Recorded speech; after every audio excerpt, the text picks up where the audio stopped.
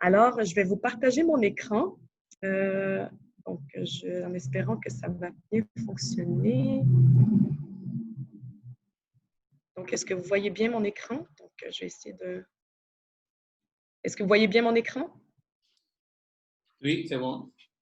C'est bon? Parfait. Je vais juste fermer ça ici.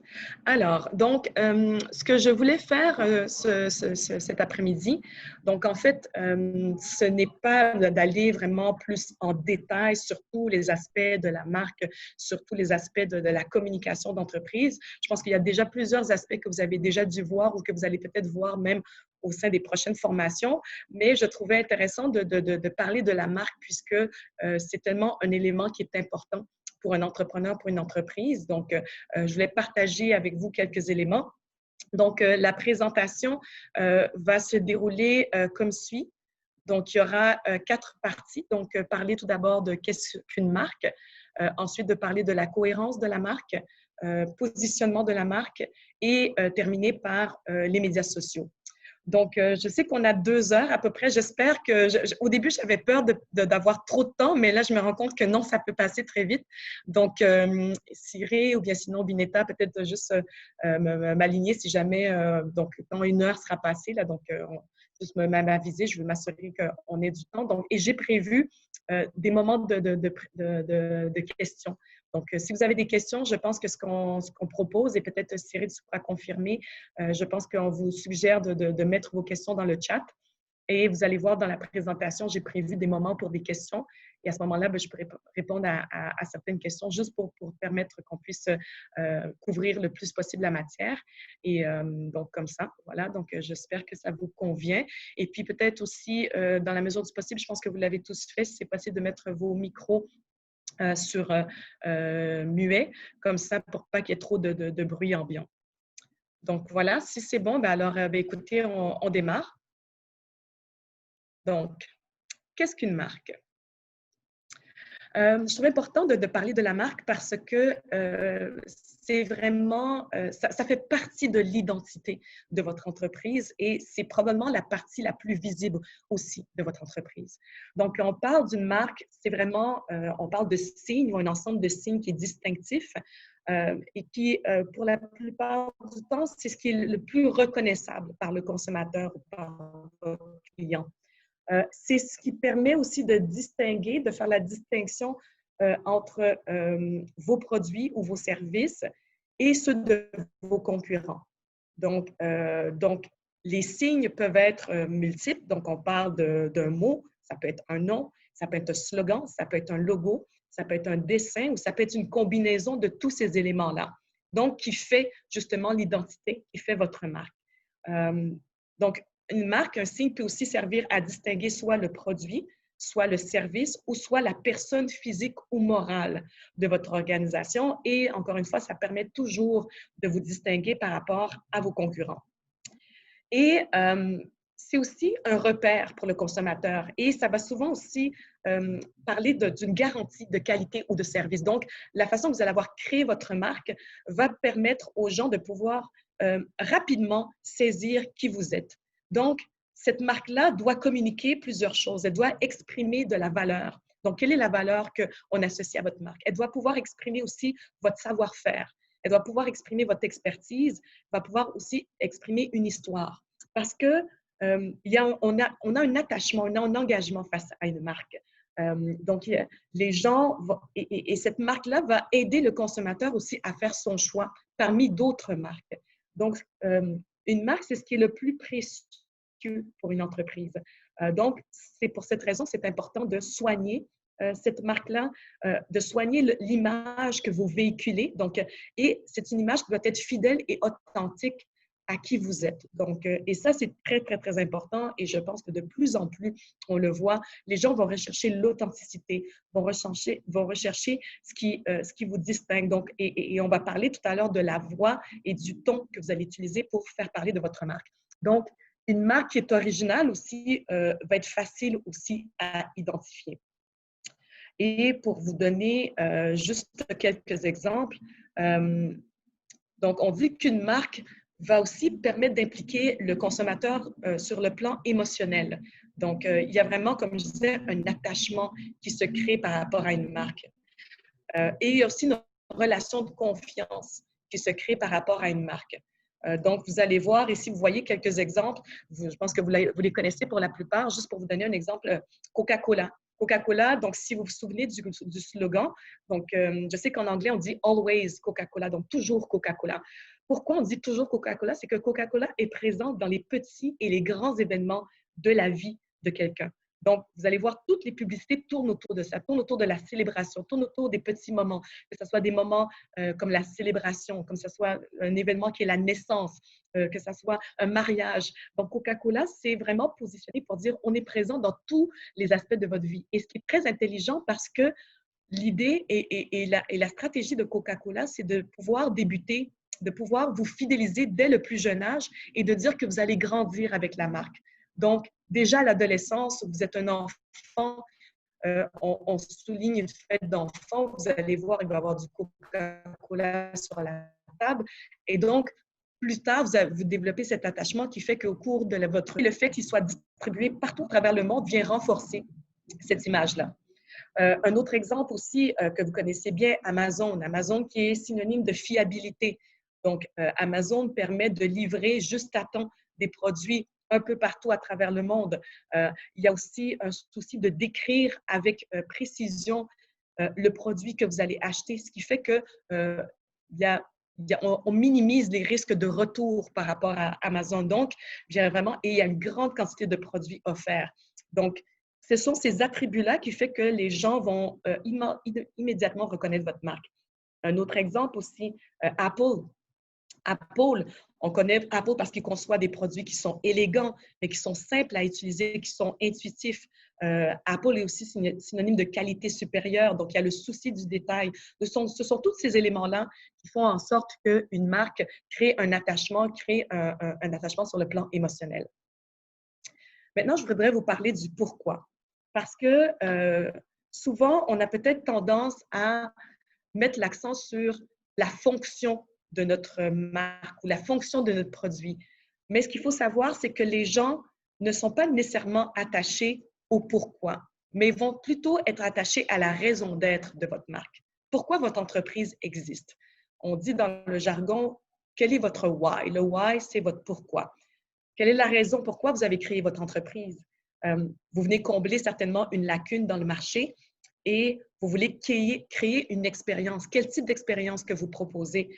Est-ce que ça va être une expérience qui va être enrichissante? Comment on va connecter avec votre marque? Donc, la raison d'être est importante parce que les consommateurs ne s'attachent pas à une marque parce que vous vendez. Donc, ce n'est pas nécessairement par le produit. Oui, effectivement, le produit est important, le service est important, mais c'est qu'est-ce que vous faites ressentir? Pourquoi vous avez créé ce produit-là? Donc, le client va s'identifier à la raison d'être de l'entreprise. Donc, il va bien au-delà du produit et du service. Donc, une entreprise qui va réussir à susciter de l'émotion, qui va réussir à susciter une connexion avec votre marque, va faire en sorte qu'un client va être davantage attaché à cette marque-là plutôt qu'à une autre. Donc, on veut créer une expérience mémorable par rapport à notre marque. Et c'est ce qui fait qu'il y a ce succès-là. Donc, on dit quelles sont les marques qui ont le plus de succès? Bien, c'est celles qui arrivent à communiquer, qui arrivent à démontrer aux gens pourquoi ce produit-là existe, pourquoi ce service-là existe. Et après vient le comment et après vient le quoi. Donc, encore une fois, je pense que l'exemple de Apple est un exemple qui est vraiment très puissant parce que Apple a voulu communiquer pourquoi elle avait créé cette entreprise-là, parce qu'elle voulait créer quelque chose qui a une résonance avec les gens. Je ne sais pas si vous vous souvenez quand est sorti le iPod. Le iPod, le message que Apple a véhiculé, c'était d'avoir 10 000 chansons dans sa poche. Donc, il n'a pas parlé des fonctions pour dire, grâce au iPod, vous allez pouvoir télécharger votre compilation de tous vos disques sur c'est un outil qui va vous permettre de rechercher facilement vos musiques. Non, ce qu'il a dit, c'est que vous avez 10 000 chansons dans votre poche. Donc, il y avait une image était forte par rapport à ça. Donc, toujours penser à quelle est la raison d'être et quelle image qu'on associe aussi à votre marque. Donc, ça, c'est une des choses qui est importante. Un autre élément qui est important par rapport à la marque, c'est la cohérence de votre marque. Et une des éléments par rapport à ça, c'est à qui vous parlez. Je pense que vous avez, pour la plupart, je pense que vous avez déjà travaillé sur votre persona, donc d'identifier, donc de dresser, disons, le profil type de votre client, de vous mettre dans la peau de votre client, de dire à qui vous parlez, qui vous desservez. Et votre persona est vraiment à la base de la stratégie de votre marque, de la stratégie de votre contenu. Donc, c'est vraiment comme un portrait robot de votre client idéal. Et ça va devenir votre voix aussi. Donc, votre marque, votre personnel, donc c'est ce qui donne une identité et une voix à votre entreprise. Donc, c'est important de soigner de cette voix-là.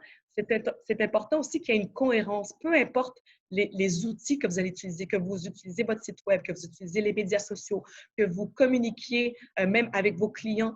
Donc, d'avoir cette constance, cette cohérence dans votre, dans votre image, dans votre persona, dans votre voix, ça, c'est très, très, très important parce que les gens vont tout de suite sentir s'il y a un disconnect. Donc, s'il y a une dissonance entre le ton que vous utilisez lorsque vous parlez sur les médias sociaux que le ton que vous utilisez lorsque vous êtes sur le site web ou le ton que vous parlez même lorsque vous êtes dans un événement. Donc, c'est très important. Donc, il faut unifier cette présence-là, il faut unifier votre voix.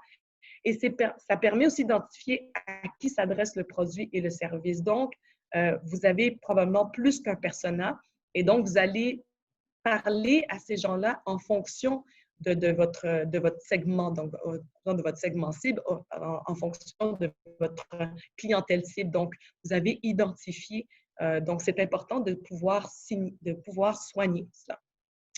Je voulais montrer un exemple concret qui est Dove. Je pense que vous connaissez pour la plupart Dove. Et c'est intéressant parce que Dove a fait un virage marketing vraiment assez saisissant depuis sa création. Donc, on connaît au départ Dove comme une marque de savon qui a été créée dans les années 50. C'était une marque de savon, puis c'était la seule à proposer une marque de savon qui avait un quart de crème hydratante. Donc, je ne sais pas si vous vous souvenez de ça. Donc, déjà là, elle se positionnait sur un avantage concurrentiel. Donc, elle dit, nous, on se distingue des autres savons parce que dans notre savon, vous allez retrouver un quart de crème hydratante, ce qui fait qu'elle est plus douce. Donc, elle ne laisse pas de film sur votre peau, etc. Donc, c'est un savon qui est bon pour votre peau, qui est doux pour votre peau. Mais au fil du temps, Dove a élargi sa gamme de produits. Donc, elle a offert des produits pour le bain, des produits liquides pour les mains, des soins pour le corps, des déodorants. Donc, elle s'est positionnée dans une catégorie qu'on parle de produits moyens haut de gamme. Et au fil des années, elle s'est dit aussi, mais on va au-delà, nous, de juste d'offrir des produits de soins pour la peau. Elle s'est posé la question, mais qui est cette femme qu'elle dessert? Et qu'est-ce qu'elle vit, cette femme, au quotidien? Et donc, elle s'est attardée à ce que la femme vit et ce que la femme, parce que notre peau, c'est ce qu'on traîne avec nous tous les jours. Donc, c'est ce qui est sur nous, donc c'est ce qu'on a partout avec soi. Puis elle s'est intéressée à travailler davantage sur cet aspect-là. Ce qu'elle s'est dit, c'est qu'ils ont changé complètement de communication pour ne plus se baser uniquement sur les avantages concurrentiels du produit, mais plutôt sur un mode de vie ou plutôt pour se dire de briser les stéréotypes. Donc, ce qu'elle dit, nous, on veut célébrer toutes les beautés, tous les types de beauté. Donc, elle a plutôt misé sur l'estime de soi, sur l'acceptation de soi. Puis de dire que toutes les femmes sont différentes, mais ce qui est important, c'est de célébrer justement cette unicité, donc chez la femme. Et elle a commencé donc à développer toute une campagne autour de la femme qui est normale. Et donc, de délaisser l'image des mannequins pour aller plutôt vers qu'est-ce qui fait que la femme, elle est belle. Donc, de célébrer la femme dans toute sa splendeur, dans toutes ses couleurs, dans toutes ses différences. Et donc, ça a vraiment été le positionnement qu'elle a pris. Et je vais peut-être juste vous partager une vidéo qui montre un petit peu, qui exprime un petit peu ce positionnement que Dove a pris. En espérant que ça va fonctionner, je vais essayer de trouver cette vidéo. Ouais. Donc, je vais l'agrandir et retourner vers la présentation. Je vais partager mon écran. Et là, au niveau du son, j'espère qu'on va entendre, mais donc, c'est une petite vidéo donc, qui n'est pas très, très longue, mais qui présente le projet donc, de Dove qui est l'estime de soi.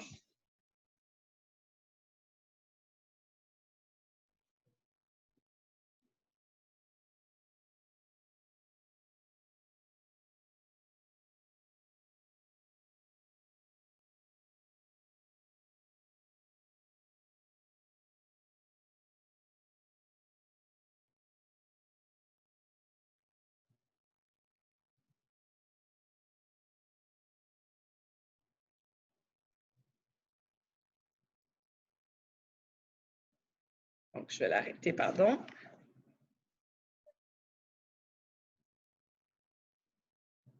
Donc, déjà, ça vous donne une petite idée de qu'est-ce que Dove a voulu faire, donc a voulu développer. Et toutes ces campagnes montrent justement ce volet de l'estime de soi.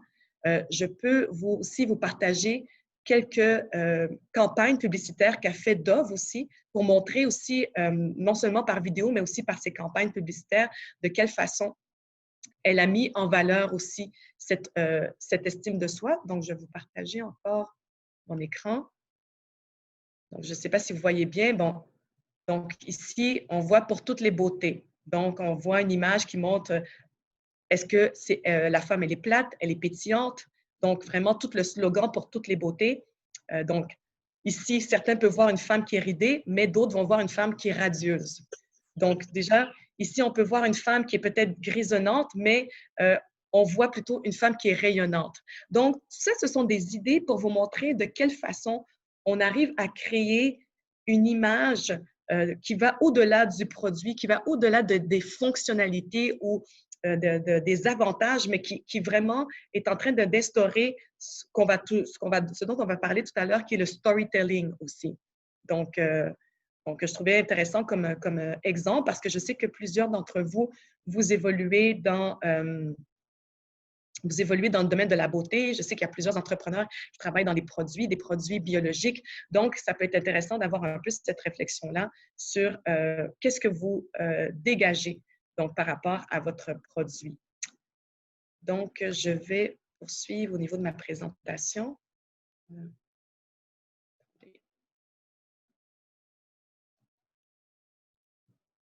Donc, on parle de la cohérence de la marque. Donc, comment on arrive à établir cette cohérence? Bien, il y a plusieurs éléments sur lesquels des piliers fondateurs pour pouvoir identifier quelles sont cette cohérence de la marque. D'ailleurs, dans un premier temps, il y a la proposition de valeur. Donc, qu'est-ce qui fait, encore une fois, qu'est-ce que vous offrez? Sur quoi vous vous distinguez? Sur quoi vous vous démarquez? Qu'est-ce qui fait que votre produit se distingue de vos concurrents? Donc, la proposition de valeur, donc, a beaucoup d'importance. On parle aussi du ton. Tout à l'heure, je vous parlais duquel message. Dove a voulu célébrer la femme et donc a voulu mettre l'accent sur ce qui faisait, qui la rendait unique. Donc, plutôt que de mettre l'accent sur ce que les gens peuvent percevoir comme étant un diktat de la beauté, eux, ils ont voulu mettre en valeur le fait qu'elle est rayonnante, le fait qu'elle est belle, qu'elle est radieuse. Donc, plutôt mettre l'accent sur le sentiment, l'estime de soi. Donc, le ton que vous allez utiliser dans vos publications, les messages que vous allez passer, et les éléments de design aussi. Donc, ça revient beaucoup à votre identité visuelle, votre identité graphique.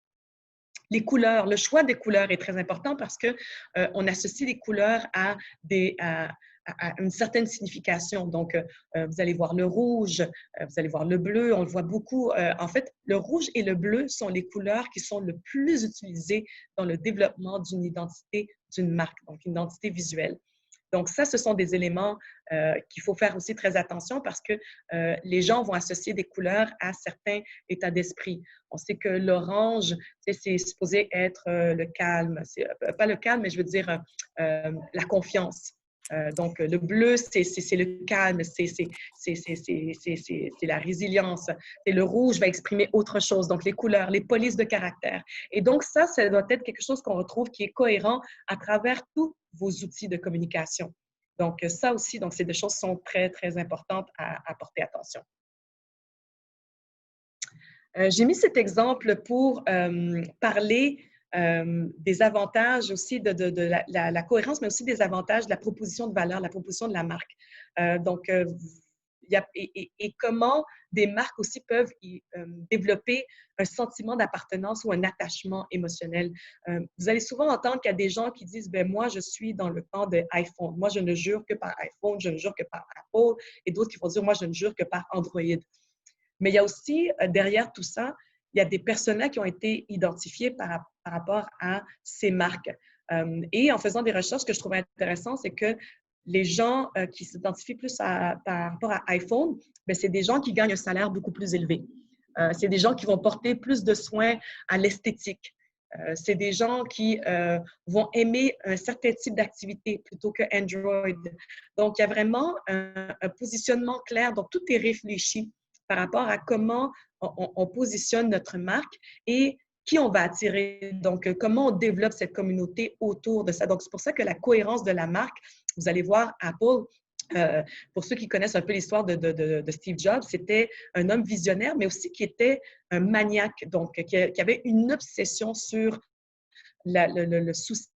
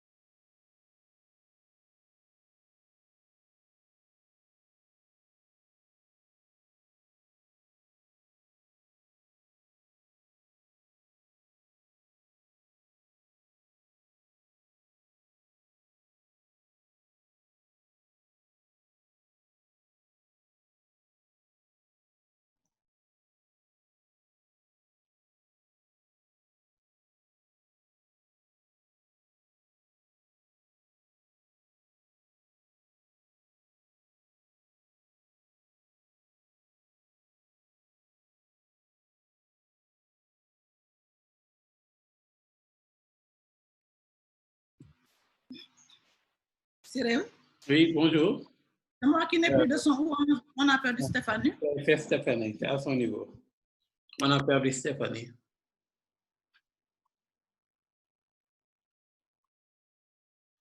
Attends.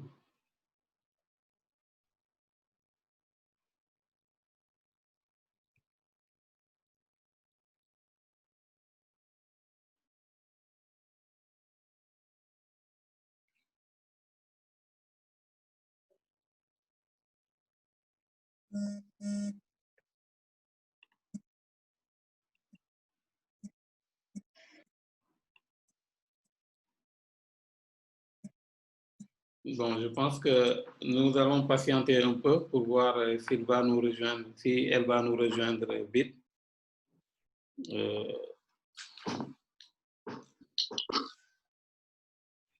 Cyril? J'en profite pour vous dire bonjour de Paris. Oui, bonjour. Désolée, on a complètement perdu, j'avais pas complètement perdu la connexion. Est-ce que vous m'entendez bien? Oui, Stéphanie. Oui, on vous entend. Ah, écoutez, je suis vraiment désolée. On vous entend maintenant, c'est bon. Il n'y a pas de C'est le genre de problème. choses qu'on ne veut pas qui arrivent, mais bon, ça c'est C'est la les technologie. C'est les aléas du direct, hein? Exactement, exactement. OK, merci. Alors, vous étiez dans une bonne lance. Ben oui, donc est-ce que vous voyez bien mon écran? Oui, oui. OK, on voit. OK. Ben alors, ça tombe bien parce que c'était la petite période de questions. Donc, je ne sais pas s'il y en a qui avaient des questions ou sinon, je peux passer à la suite, mais je voulais au moins prendre une petite pause pour échanger s'il y en a qui avaient des questions par rapport à ce que je venais tout juste de présenter. Et je vais essayer de vous voir parce que je sais qu'il y a plusieurs fenêtres. Peut-être c'est mieux de mettre peut-être quelque chose sur le chat. Si vous avez des questions, le mieux, je crois, c'est de de les mettre sur le chat.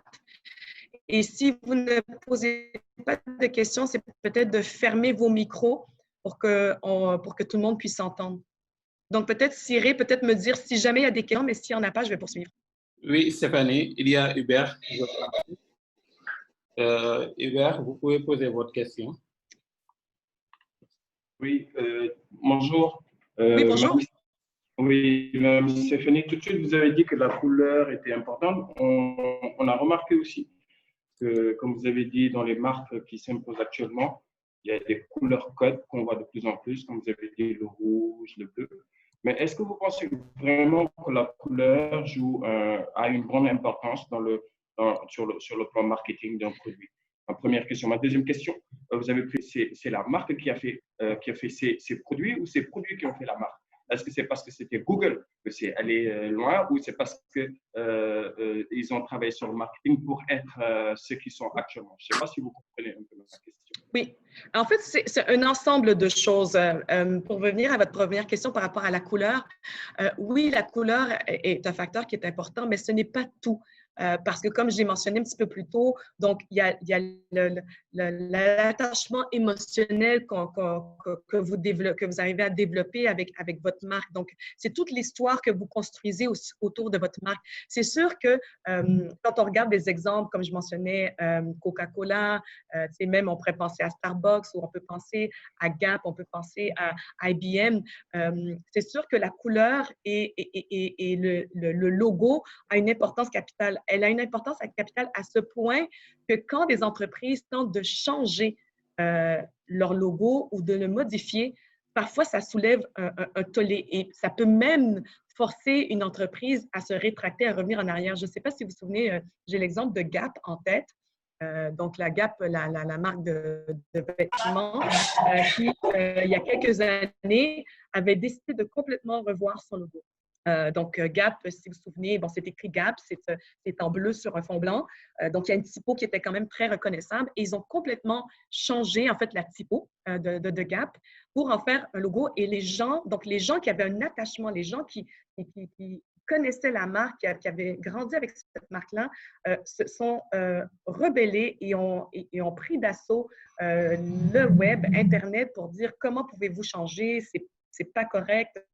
Il y a vraiment toute une historique avec cette marque, donc vous ne pouvez pas changer. Et ils ont demandé à ce que l'entreprise revienne au logo initial.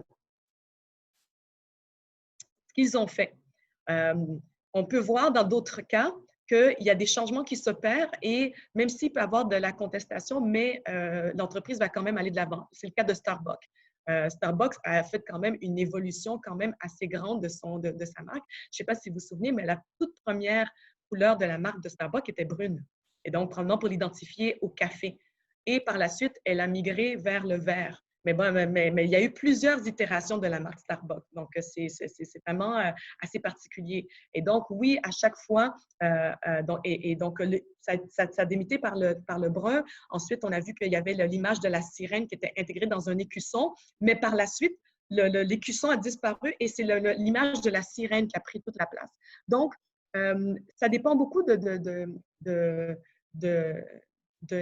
l'émotion puis de la relation que vous établissez avec la marque.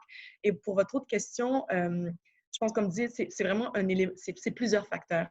Dans le cas de Apple, je ne sais pas si vous vous souvenez, Apple faisait des publicités, c'est comme des courts films qui n'avaient rien à voir avec le produit. Le produit n'était même pas mis de l'avant.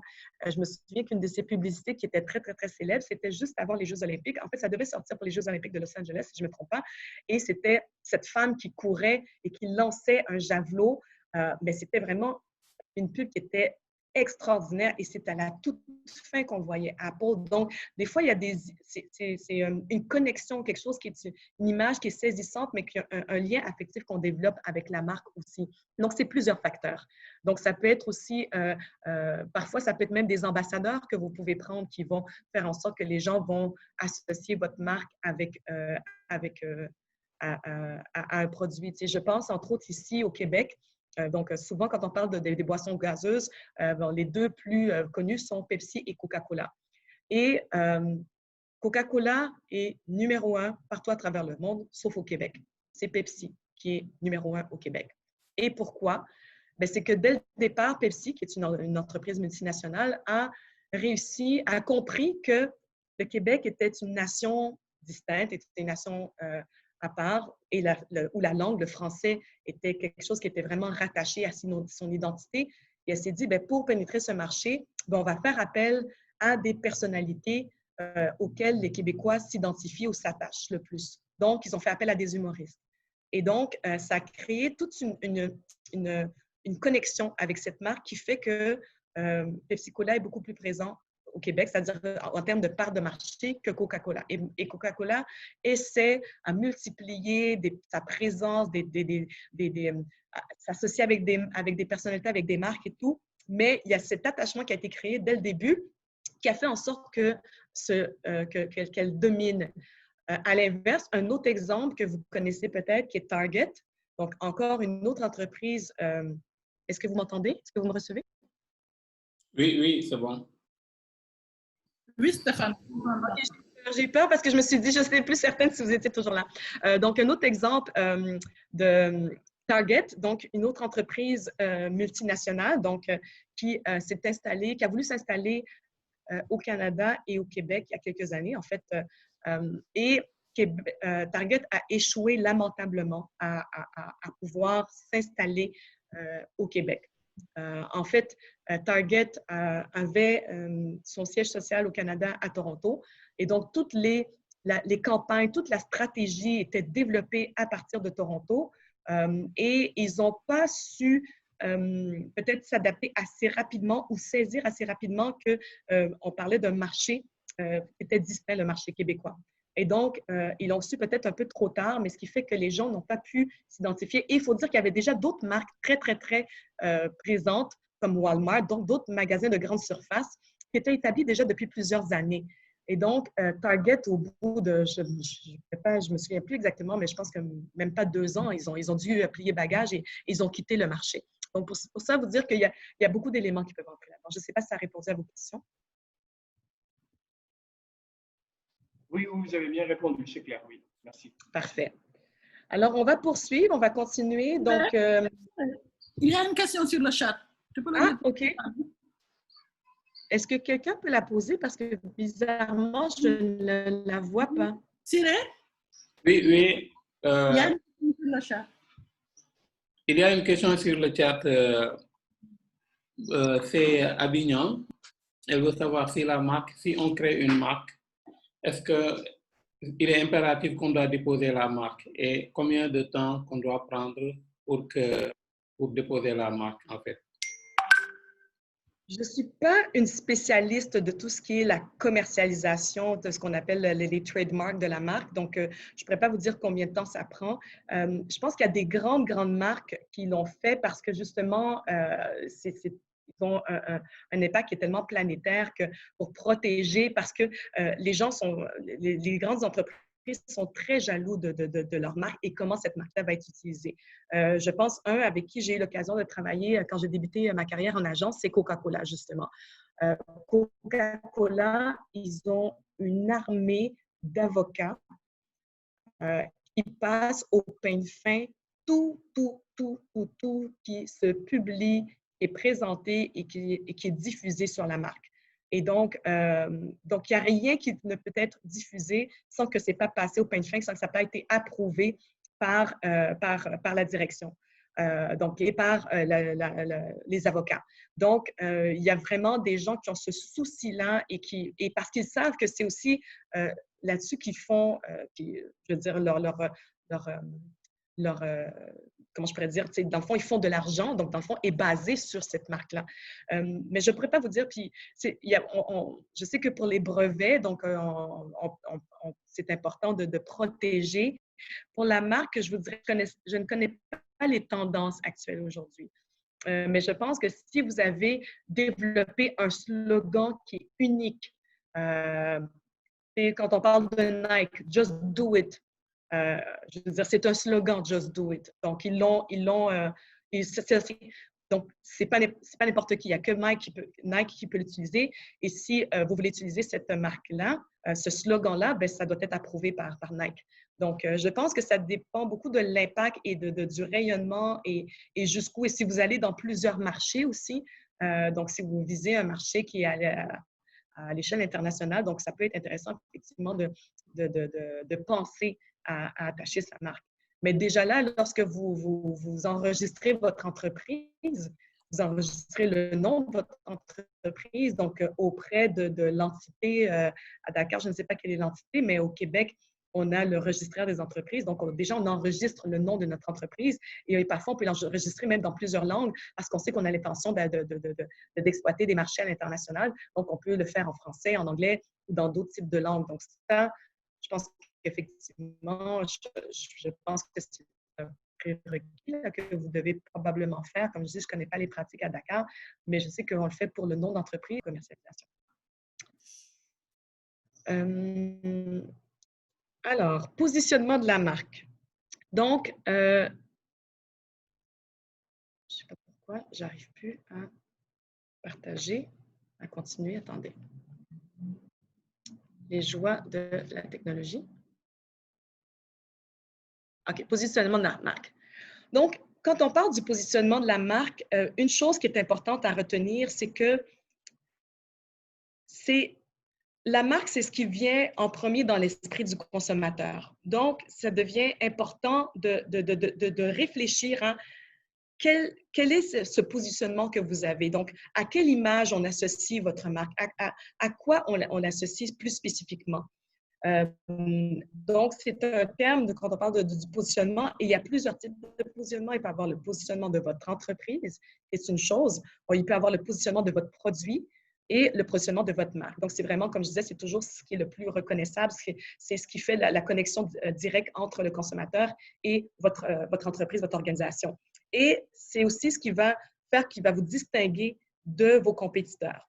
Donc, la marque, c'est ce qui va projeter aussi une image globale de votre entreprise, puis c'est aussi ce qui va permettre d'identifier la création de valeur. Qu'est-ce que vous projetez comme valeur par rapport à votre entreprise?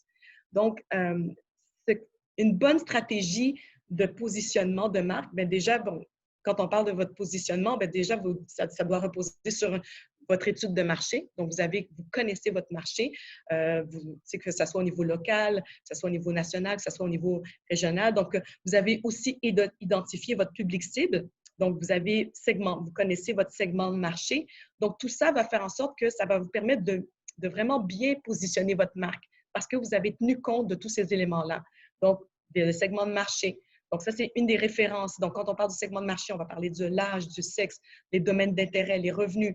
Donc, quand vous avez toutes ces données-là qui sont traitées, donc, vous avez après ça une idée très précise de votre segment de marché ou de votre population, puis vous allez savoir comment vous allez pouvoir cibler chaque segment de marché. Donc, et vous allez pouvoir aussi savoir quelle stratégie que vous allez adopter en fonction de chaque segment de marché et de pouvoir développer votre marque en fonction de ça. Donc, quelques stratégies de positionnement. Le storytelling. Donc, je vais parler du storytelling, je vais parler de la qualité et du rapport humain. Le storytelling, donc, comment raconter une histoire. Et ça, je vous dirais, donc tout à l'heure, je vous ai montré l'exemple de Dove, donc qui arrive à communiquer, à faire passer un message qui va au-delà du produit, qui va au-delà du service, qui va au-delà de votre entreprise. Mais de plus en plus, et on le voit, les médias sociaux, et on va en parler un peu plus tard, les médias sociaux sont, tout ce qui est les stratégies numériques, les contenus numériques sont des bons outils pour justement vous aider à raconter cette histoire. Donc, c'est important de partager une bonne histoire en fonction de votre clientèle cible. Donc, comme on disait tout à l'heure, vous avez différents personnels, vous avez différentes clientèles cibles. Donc, vous allez pouvoir adapter votre histoire en fonction de votre clientèle. Le storytelling aussi, c'est ce qui va traduire l'ADN de votre entreprise. Ça permet d'établir votre crédibilité. Ça permet d'humaniser qui vous êtes. Donc, de dire que ce n'est pas juste un produit pour un service, mais il y a quelqu'un derrière. On a pensé, vous avez vraiment étudié qui était votre clientèle cible, qui était la personne qui venait acheter votre produit, qui consomme votre service. Donc, c'est important quand on prend en compte le storytelling, il y a quelques éléments qu'on doit penser. Un, l'origine. Donc, vous êtes à Dakar, vous faites la production de produits locaux. Donc, qu'est-ce qui fait que vos produits se démarquent ou se distinguent de d'autres produits qu'on va retrouver, je ne sais pas moi, en Amérique du Nord, qu'on va retrouver ailleurs? Comment vos produits sont cultivés? Donc, quelle est l'histoire? Comment vous avez démarré votre entreprise? Donc, l'histoire, souvent, les gens vont vouloir s'attarder à l'histoire derrière l'entreprise. Donc, la personne. Donc, ce qui peut être intéressant, souvent, on le voit. On va parler de Steve Jobs, on va parler de Bill Gates, on va parler de d'autres personnes. Les gens veulent s'attarder pas juste aux produits, aux services, mais ils veulent connaître la petite histoire derrière votre entreprise. Donc, de connaître l'origine, de connaître la mission. Tout à l'heure, on parlait de votre why. Pourquoi vous avez décidé de créer ce produit, ce service? Pourquoi vous avez décidé de vous lancer en affaires? Donc, de comprendre d'où vous venez aussi. Et souvent, c'est très évocateur et ça a une puissance parce qu'aujourd'hui, quand on parle de fidéliser une clientèle, on sait qu'il y a tellement de concurrence, c'est très, très, très difficile. Donc, souvent, les gens, comme je le disais plus tôt, ce n'est pas tant le produit ou le service, mais c'est l'attachement, c'est l'engagement, c'est la connexion sur le plan émotionnel qui font que les gens vont vouloir demeurer avec vous. Donc, c'est créer une relation sur la durée. Donc, comme je disais, une marque qui est forte, c'est une marque qui se construit dans la durée. Donc, l'origine, la mission, le produit, évidemment, le produit est important, et le client. Donc, comment vous arrivez à façonner une histoire en intégrant tous ces éléments-là? Donc, c'est ce qui va faire en sorte qu'il y a des histoires qui vont captiver plus que d'autres. Parfois, juste le produit comme tel, bon, on revient à l'histoire du savon, bien, il y avait une multitude de savons qui est sur le marché.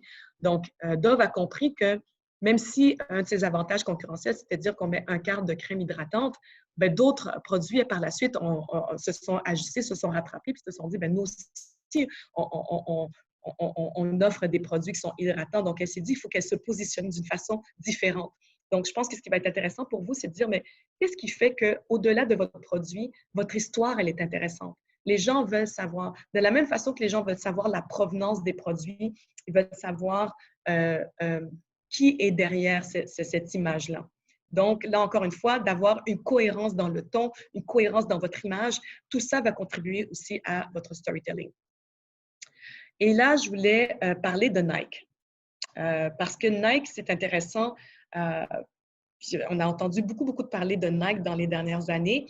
Et plus récemment aussi avec qu'est-ce qui s'est passé tout de suite après l'histoire de George Floyd, mais même avant ça, donc si vous avez suivi avec le joueur de football Copernic. Donc, Nike s'est positionné dans les dernières années sur les injustices sociales. Donc, elle a voulu, cette marque, se positionner pour dire que c'est quelque chose qui la préoccupe. Et parce qu'elle sait que dans le domaine du sport, le sport est un des milieux qui rassemble, qui regroupe des gens venant de divers horizons, donc de divers milieux. Et elle a pris un peu ce virage-là pour se positionner par rapport à ça. Donc, et quand on parle du sport, quand on parle de l'histoire derrière du sport, il y a beaucoup de choses. C'est le sport, c'est le succès, c'est l'échec, c'est le doute, c'est la détermination, c'est face aux épreuves, c'est comment on surmonte ces épreuves. Aussi, le sport, c'est ça qui amène aussi une certaine égalité, parce que peu importe d'où tu viens, si tu as du talent, tu peux réussir. Donc, Nike a réussi à jouer beaucoup sur cet aspect-là, puis à construire un storytelling autour de ça. Donc, je voulais partager une vidéo qui capte ça. Donc, je vais arrêter mon écran. Je ne sais pas si vous l'avez vu, c'est une des pubs qui est les plus récentes que Nike a fait.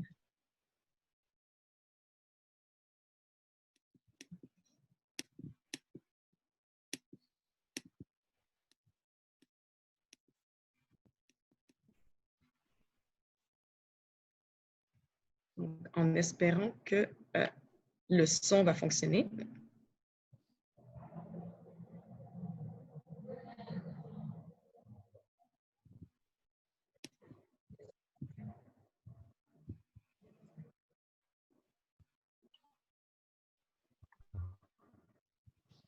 Stéphanie, il n'y a pas de son, mais ce n'est pas grave.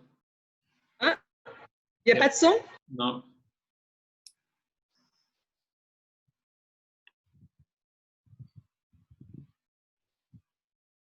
Attendez.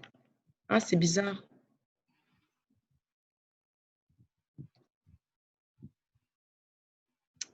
Bon, ça prouve que je ne sais pas comment faire pour le son.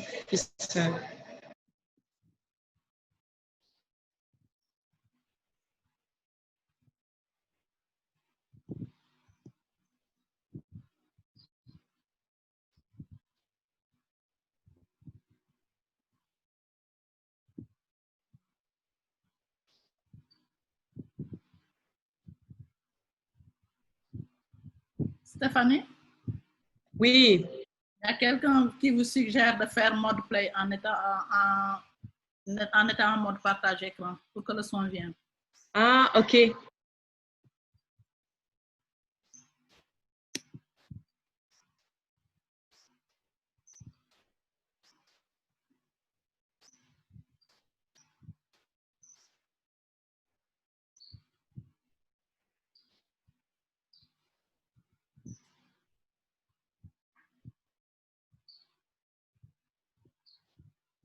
Bon. Ça a l'air que vous n'avez pas entendu, mais j'espère que vous avez pu voir au moins. Là, je viens de voir vos commentaires que j'aurais dû faire play en étant en mode partager écran, ce que je n'ai pas fait, désolée. Mais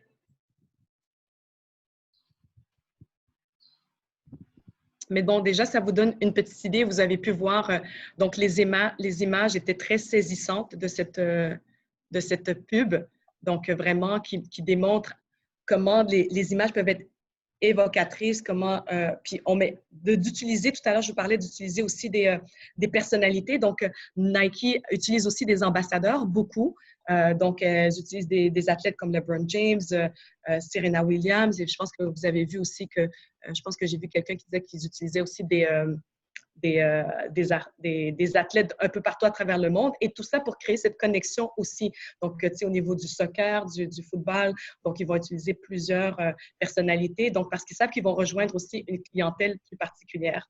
Donc, ça, c'est pour vous donner un exemple de comment Nike a réussi à construire un storytelling qui va au-delà de vendre un produit. Donc, elle s'est positionnée pour dire, bien, pour nous, l'injustice raciale, c'est quelque chose qui nous préoccupe et on se tient pour la justice et donc qui met en œuvre des campagnes qui reflètent ces aspects-là.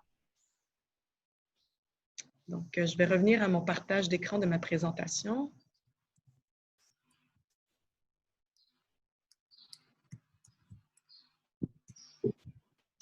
Donc, une autre stratégie au niveau du positionnement, c'est au niveau de la qualité. Donc parfois, et on le voit beaucoup dans l'industrie du luxe, ce qu'ils vont mettre de l'avant, c'est qu'ils ont un produit qui est de qualité supérieure. Donc, pour la raison pour laquelle quelqu'un va acheter un produit d'une marque, je dis, bon, on parle de Chanel, on parle de Louis Vuitton, on parle de Valentino, c'est parce qu'ils savent qu'il y a une qualité qui est associée à ce produit-là. Donc, soit c'est sur le plan technique, on parle du savoir-faire, ou soit sur le plan esthétique. Donc, ça peut être aussi une stratégie de positionnement de la marque. Il fait donc le prix, conséquemment, le prix va avoir aussi une influence sur le positionnement. Un autre élément, donc le rapport humain. Et ça, je pense que dans les exemples que je vous ai montrés, on parle beaucoup de l'expérience humaine. Donc, comment les gens se sentent par rapport avec votre marque, quelle expérience que les gens vont vivre avec votre marque. Et ça, c'est ce qui va vous permettre de fidéliser votre clientèle.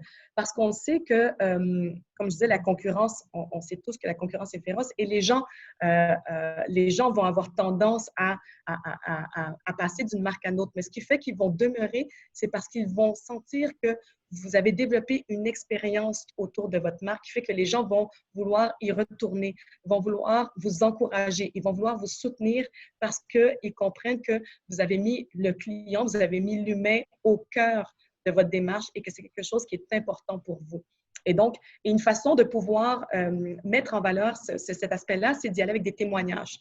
Donc, quand vous faites peur vous-même, puis on le voit de plus en plus, hein, si vous voyez les médias sociaux, si vous voyez même les grandes entreprises, de plus en plus ne vont pas nécessairement investir autant dans la publicité, mais vont laisser les gens parler de leur marque. Et ça, c'est ce qui est le plus puissant.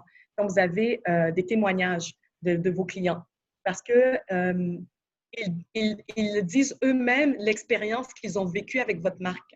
Et à ce moment-là, donc, si elle est positive, c'est très fort. Si elle est négative, c'est très fort aussi parce que on peut voir l'impact que ça peut avoir.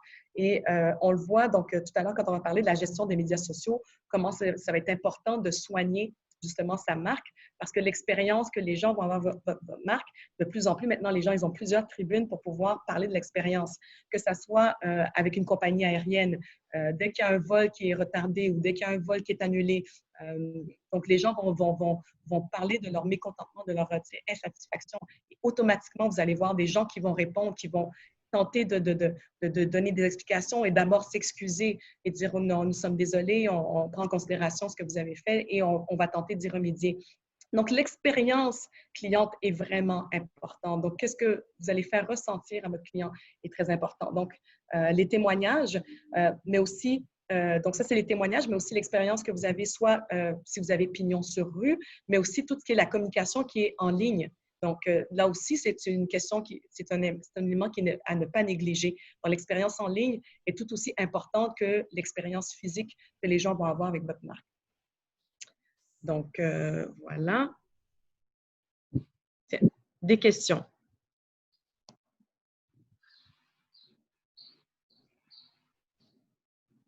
Est-ce qu'il y a des questions?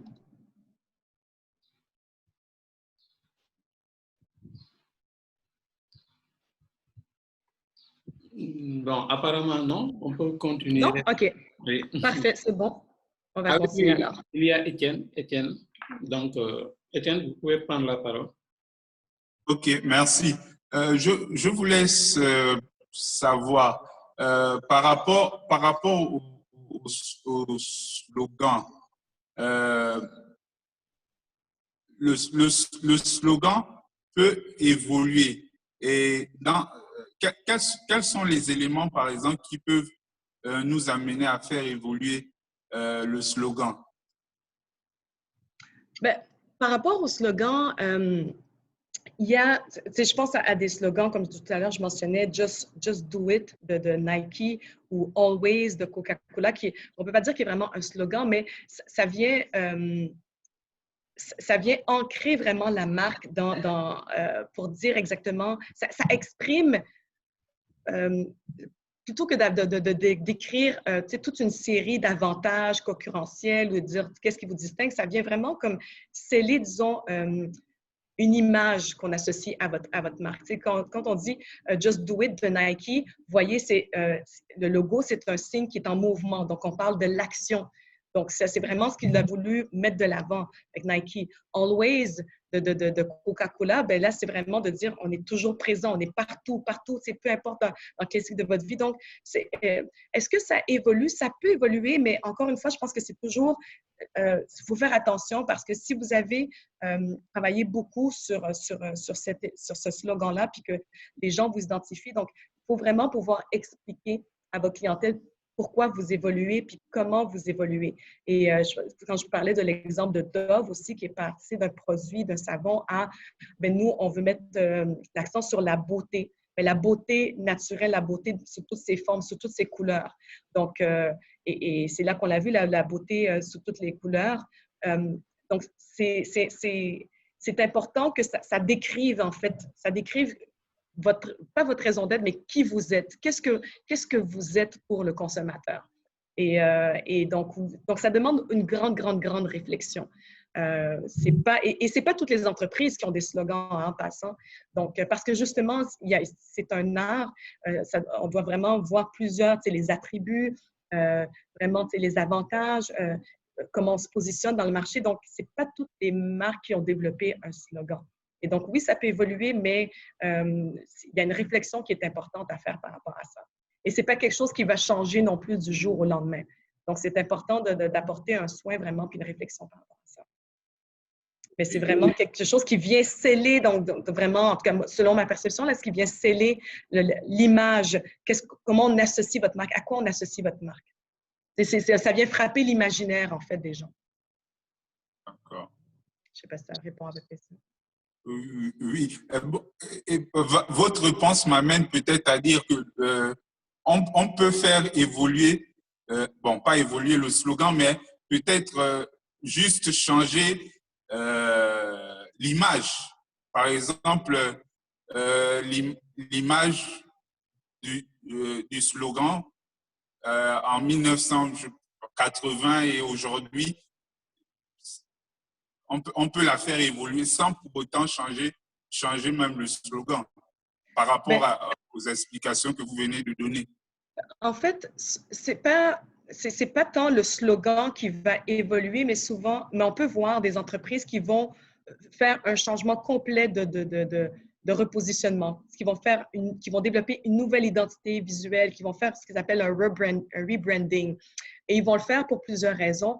Parfois parce qu'ils élargissent leur secteur d'activité, ils se positionnent dans d'autres marchés, ou ça peut être aussi parce qu'ils ont fait des acquisitions. Donc, il peut y avoir une entreprise qui fait plusieurs acquisitions, donc ils se retrouvent avec différentes identités d'entreprise ou qui se retrouvent avec différentes cultures d'entreprise, qui disent, bien là, comment on fait pour réunifier tout ça, puis rassembler toutes ces identités-là pour que les gens comprennent qui nous sommes. Donc, souvent, le slogan, c'est ce qui va découler de ce changement-là. Donc, on ne va pas changer nécessairement le slogan s'il n'y a pas un changement d'identité ou s'il n'y a pas un repositionnement qui se fait d'une entreprise.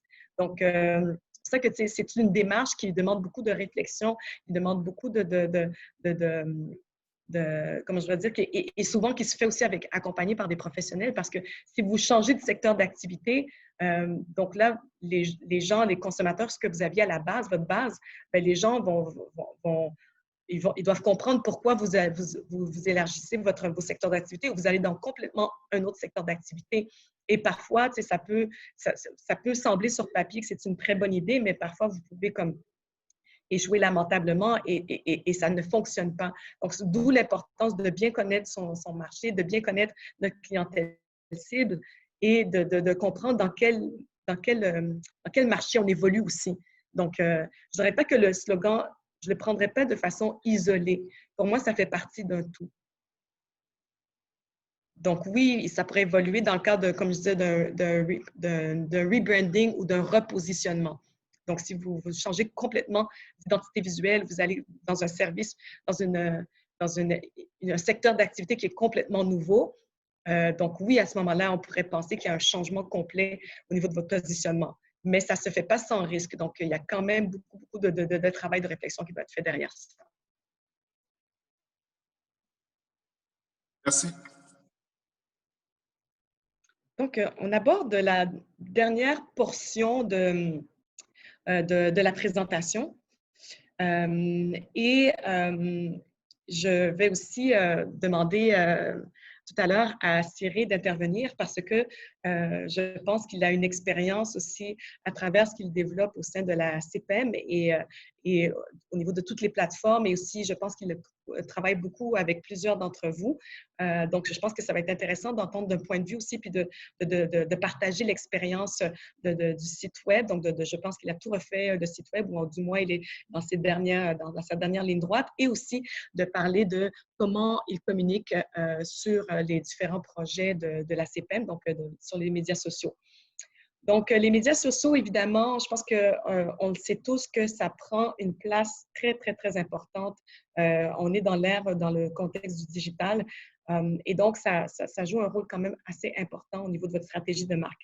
Et peu importe que le canal que vous allez utiliser, le canal de communication, ça va être important de, comme je disais plus tôt, de garder une certaine cohérence, non seulement dans le ton, dans l'image, dans le message que vous allez porter, mais aussi de bien saisir et de bien saisir que chaque média social ou chaque canal social a sa propre façon d'évoluer et qu'il faut adapter ses stratégies de contenu, si on veut, à chacun de ces outils-là. Donc, vous n'allez pas utiliser Twitter de la même façon que vous allez utiliser Facebook, que vous allez utiliser LinkedIn, vous allez utiliser Instagram. Et ça, parfois, on a tendance à penser, bon, bien, je vais développer du contenu sur Instagram, puis je vais tout de suite le dupliquer sur Facebook ou je vais l'utiliser sur Twitter. Et vous allez voir, ça ne fonctionne pas. Parce que la clientèle qui utilise ces différents médias sociaux est très, très différente. Son comportement est différent. Donc, ça, c'est important de le saisir. Et aussi parce que la plateforme, notamment, fait en sorte que le contenu que vous allez partager, il y a certains types de contenu qui vont fonctionner très, très bien sur une plateforme et d'autres types de contenu qui ne fonctionnera pas du tout. Et une autre chose aussi qui est importante à dire, c'est qu'il y a toute la question des algorithmes. Je pense que pour ceux qui utilisent beaucoup les médias sociaux, vous avez certainement vu, et je donne l'exemple de Facebook parce que je pense que c'est un des exemples qui est le plus connu. Vous pouvez, peut-être il y a un an, vous mettiez une publication et là, vous pouviez dire « Ah, wow, j'ai pu rejoindre, je ne sais pas moi, 300 personnes avec cette publication. » Et vous la repostez un an plus tard et vous dites « Ah, ben j'ai seulement pu attirer 15 ou 20 personnes avec ma publication. Pourquoi? » Bien, en fait, et ce n'est pas seulement propre à Facebook, il y a Instagram et Twitter, je suis peut-être un peu moins familière, mais je sais qu'ils utilisent beaucoup les algorithmes qui changent, qui fait en sorte que on vous pousse aussi à publier du contenu de façon constante. Parce que plus vous postez du contenu, plus les gens qui vous suivent vont voir ces contenus-là et plus il y a d'interactions sur les plateformes, plus vous allez voir que l'engagement est grand et c'est là que vous allez voir que vos publications sont les plus vues. Donc, tu sais, l'engagement, on va voir comment on développe cet engagement-là, l'interaction et le fait qu'il y a une certaine constance dans vos publications aussi. Tout ça fait en sorte que vous allez avoir beaucoup plus d'impact que si vous y allez de façon sporadique ou si vous n'avez pas vraiment une stratégie que vous avez développée. Donc, les médias sociaux, donc tout à l'heure, comme justement de parler l'importance de créer du contenu qui est engageant, donc qui répond aussi à votre marque, donc qui répond aux valeurs, donc qui vont véhiculer les valeurs de votre marque, qui vont véhiculer l'image de votre marque, qui vont véhiculer vraiment tout ce qui est propre à votre entreprise. Donc, ça, c'est important. Et il faut dire aussi que les médias sociaux, c'est quelque chose qui vous permet aussi de développer une communauté. Donc, quand on parle d'engagement, quand on parle d'interaction, c'est important de le voir. C'est un outil parmi tant d'autres, mais qui vous permet de développer un lien avec votre communauté. Donc, tout à l'heure, quand on parlait de connexion, d'engagement sur le plan émotionnel, donc, ça vient fidéliser en quelque sorte votre clientèle. Et donc, je sais que peut-être plusieurs d'entre vous, vous n'êtes pas sur les médias sociaux parce que je sais que ça exige du temps, ça exige beaucoup de travail, de développer des contenus. Mais à ce moment-là, je pense que je pourrais vous recommander de travailler avec des experts, des spécialistes parce que si vous n'êtes pas sur les médias sociaux, vous passez vraiment à côté de toute une clientèle que vous pourriez rejoindre qui n'est pas présente. C'est sûr qu'après ça, il y a des contextes, il y a des marchés qui sont différents. Je ne suis pas familière avec le marché, le contenu au Sénégal, mais si vous souhaitez vendre et que vous pensez avoir une présence en ligne parce que vous voulez vendre dans d'autres marchés, d'avoir une présence sur les médias sociaux, c'est un must. Donc, les médias sociaux, comme je disais, donc, il faut connaître un peu que chacun a ses propres particularités et donc de connaître comment on veut les utiliser. Facebook, il y a plusieurs personnes qui disent « Ah, Facebook, c'est plus ou moins intéressant », mais Facebook n'est pas mort. Donc, les gens ont peut-être tendance à dire « Non, mais les jeunes ne sont plus sur Facebook ». Peut-être c'est vrai qu'on ne retrouve pas les milléniaux sur Facebook, mais il faut savoir quand même que 88% des gens utilisent Facebook pour garder contact avec leur entourage. Donc, même si certains ne sont pas actifs, mais ils vont avoir un compte Facebook parce qu'ils veulent avoir des nouvelles de leur famille, ils veulent pouvoir partager des photos, des images quand ils sont en vacances, ils veulent pouvoir envoyer des petits messages. On l'a vu dans des moments, dans des tragédies, dans des contextes un petit peu plus difficiles. Facebook va souvent être le média par lequel les gens vont beaucoup communiquer d'informations parce que ça permet justement d'être connecté avec des millions et des millions de personnes. Donc, Facebook n'est quand même pas à négliger. Comme je disais tout à l'heure, Facebook change régulièrement, constamment ses algorithmes. Donc, c'est un média qu'il faut tester. Donc, ça ne veut pas dire qu'aujourd'hui, vous allez faire une publication puis vous allez voir si ça fonctionne bien, que demain ou dans quelques semaines, quelques mois, vous allez développer une stratégie, la même stratégie, puis ça va fonctionner. Donc, il faut tout le temps tester à quel moment de la journée vous développez vous publiez en fonction de votre clientèle, en fonction de vos segments cibles. Est-ce que vos gens sont plus présents le matin, le midi, le soir? Donc, Facebook, c'est quand même le média qui rejoint un plus grand large de personnes. Et Facebook, c'est aussi le véhicule par excellence si vous êtes une entreprise qui s'adresse à des consommateurs, donc le B2C. Donc, si vous voulez parler directement à vos consommateurs, c'est probablement le média social que vous allez vouloir utiliser parce que c'est le plus… Alors que si vous êtes du B2B, bien, vous allez peut-être vouloir plus penser à utiliser LinkedIn parce que là, vous vous adressez à des professionnels, vous vous adressez à des décideurs. Instagram, c'est vraiment un outil qui est vraiment très, très, très visuel. On l'utilise surtout pour partager des photos. Donc, vous allez le voir. Et c'est des photos, là encore une fois, vous allez voir les gens, il y a une recherche dans la photo.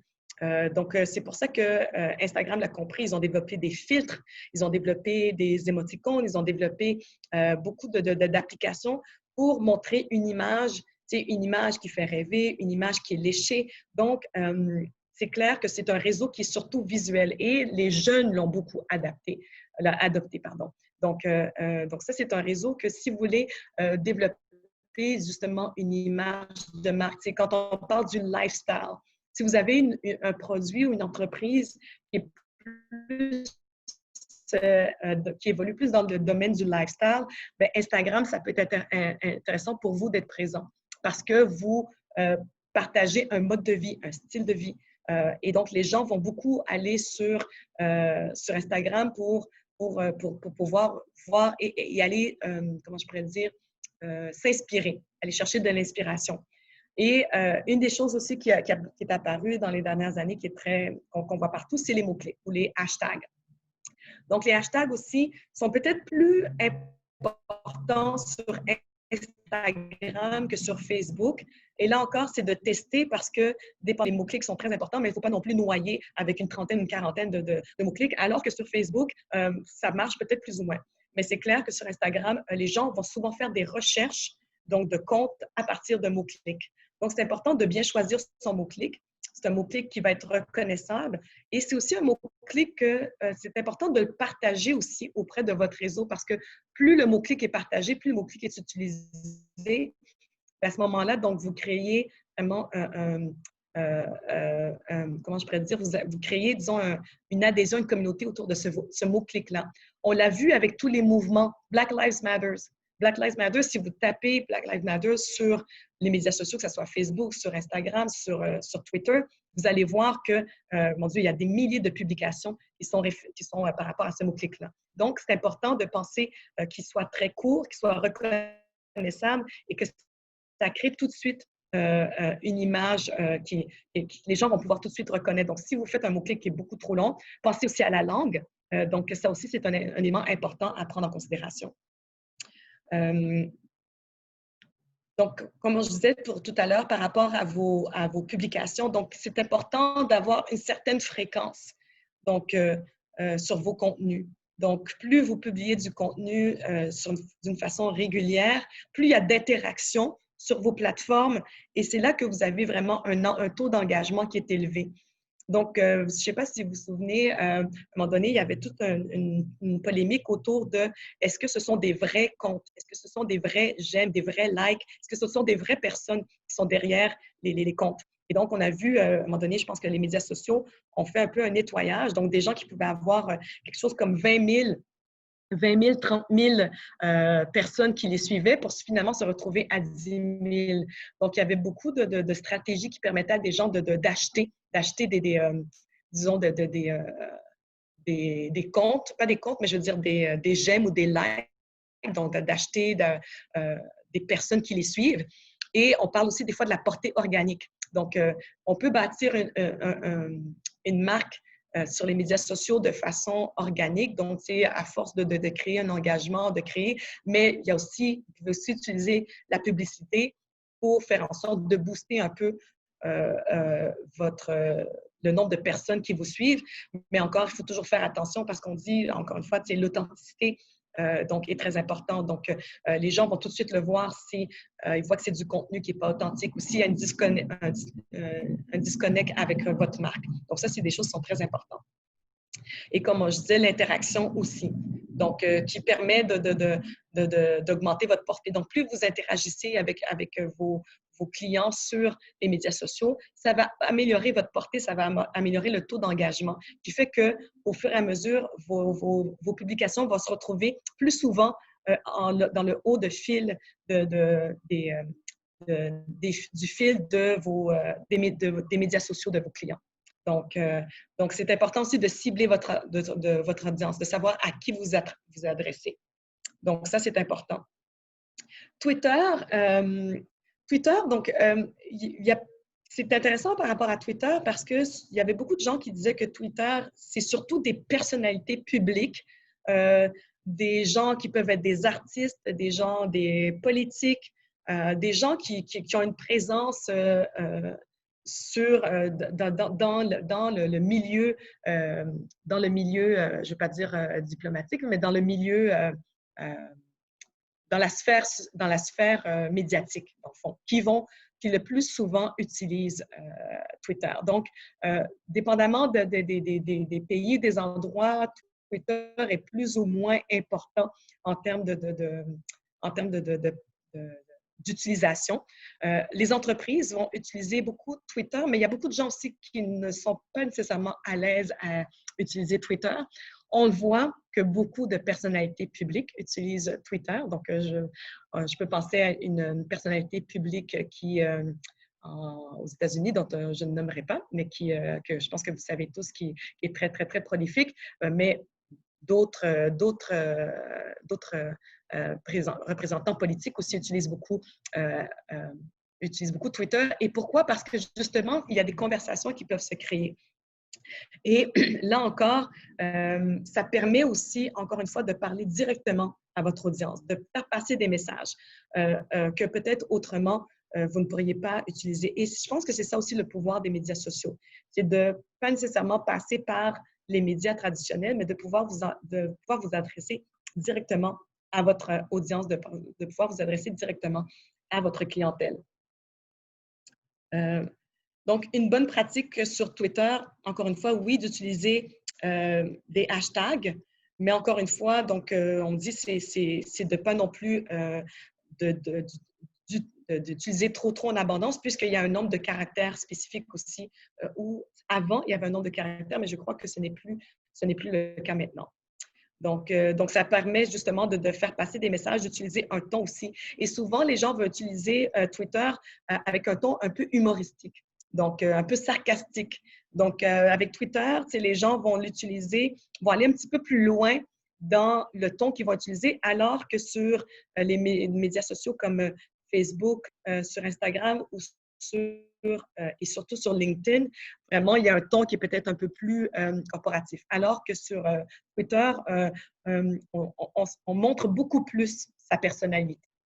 Et LinkedIn, donc encore une fois, on sait que c'est vraiment un outil qui est vraiment un outil de prédilection pour les entreprises, beaucoup pour les professionnels, mais aussi beaucoup de décideurs. C'est la raison pour laquelle vous allez voir beaucoup de grandes entreprises ont délaissé les stratégies de recrutement traditionnelles pour maintenant beaucoup se lancer sur LinkedIn. Donc, on parle de la marque. Aujourd'hui, je parlais plus de votre marque en tant qu'entreprise, en tant qu'entrepreneur, mais on parle de plus en plus de la marque employeur. Et des employeurs vont maintenant de plus en plus publier leur affichage de postes sur LinkedIn parce qu'ils savent qu'ils ont accès à un bassin de professionnels. Donc, d'où l'importance aussi de soigner l'image sur LinkedIn et de la mettre, les PDG, les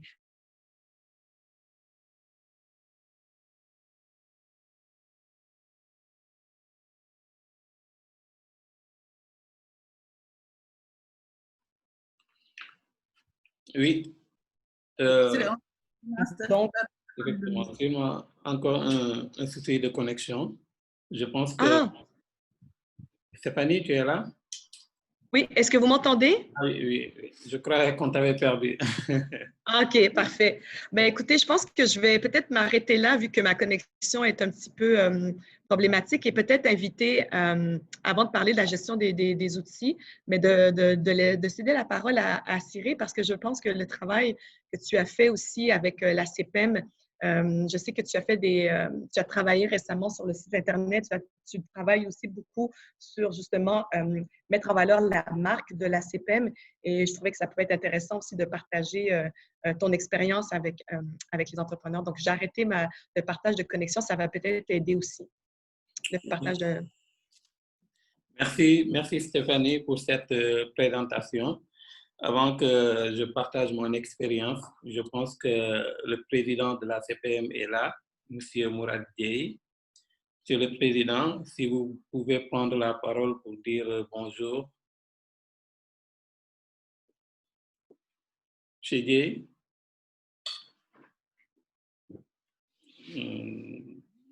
Voilà, il est là.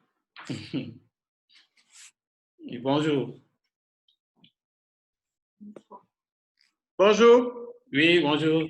Bonjour Cyril. Oui, bonjour. Vous allez bien? Oui, ça va bien, merci. Bien, merci. Donc, voilà, donc je viens juste d'arriver pour m'installer. Oui. Voilà, je viens juste d'arriver. Je suis en train de m'installer pour prendre la conversation en cours. Oui, c'était Stéphanie qui était en train de faire sa présentation. Très bien. Donc, voilà, là, bonjour. Et merci d'être avec nous. Bonjour Stéphanie. Oui, donc là, nous vous donnons la parole pour dire bonjour à nos invités et pour vous signaler aussi que M. Pierre Baillet est là, en train de nous suivre depuis le début. D'accord. Monsieur le Président, vous avez la parole. Merci beaucoup. Merci Cyril. Merci d'avoir accepté de modérer cette session. Je crois que vous avez, à l'entame, peut-être expliqué un tout petit peu les raisons de l'absence de Mme Seynabouka. Bonjour Stéphanie. Bonjour, bonjour. Vous allez bien? Bonjour. Oui, ça va bien, merci beaucoup. Bonjour, je crois que nous avons le privilège d'avoir M. Pierre Baillet avec nous aujourd'hui. Oui, bonjour. Monsieur Baillet, bonjour. Bonjour et bonne chance. Merci beaucoup. Comment ça va, Pierre? Ça va, entre Beyrouth et le Covid, j'essaye de survivre. Entre Beyrouth, le Covid et la chaleur à Paris aussi, hein? Et la chaleur. Et la chaleur à Paris, hein? Oui.